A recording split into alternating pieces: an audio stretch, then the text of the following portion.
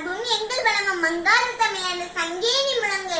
என் தமிழ் அன்னைக்கு முதல் வணக்கம். ஆடுவோமே பல பாடுவோமே, ஆனந்த சுங்கரிடம் அடைந்து விட்டோம் என்று பார்த்தாலே புத்திசன பாரதியை பற்றி பேச வந்துள்ளேன்.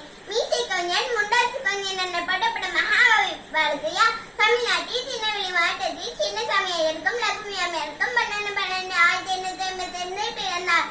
தமிழ் மொழி மீது தீராத காதல் கொண்டதால் இவரது கவித்திறமை பாராட்டி எட்டயபுர சமஸ்தான புலவர்கள் இவருக்கு பாரதி எனும் பட்டத்தை அளித்தனர். பல மொழிகளில் புலமை பெற்ற பாரதியார் நாடு, மொழி, தேயம், கோயில் பாட்டு, கண்ணன் பாட்டு, பாப்பா பாட்டு, பாஞ்சாலி சபதம் போன்ற ஏராளமான பாடல்களை பாடியுள்ளார்.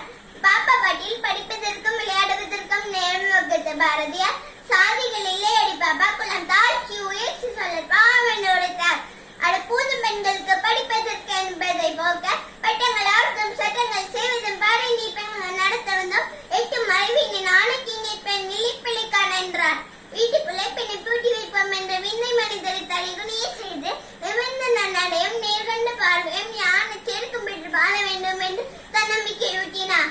ராமன் ஆண்டால் என்ன, ராவணன் ஆண்டால் என்ன என்று எண்ணி பட்டினி புழுக்களாய் கடந்த மக்களுக்கு தன் கவிதைகள் மூலம் விடுதலை வேட்கையை ஊட்டினார்.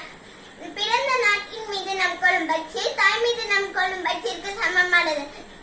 செந்தமிழ் நாடு என்னும் போதினிலே என்பதேன் வந்து பாயது காதினிலே எங்கள் தந்தை நாடு என்ன பேச்சினிலே ஒரு சக்தி பிறக்குது மூச்சினிலே என தாய்நாட்டை புகழ் நம் பாரதி மறைந்த மொழிகளிலே தமிழ் மொழி போன இனிதாவது காலம் என்று போச்சினார். மகாகவி பாரதியார் நம் தமிழ் மொழிக்கு கிடைத்த பொக்கிஷம்.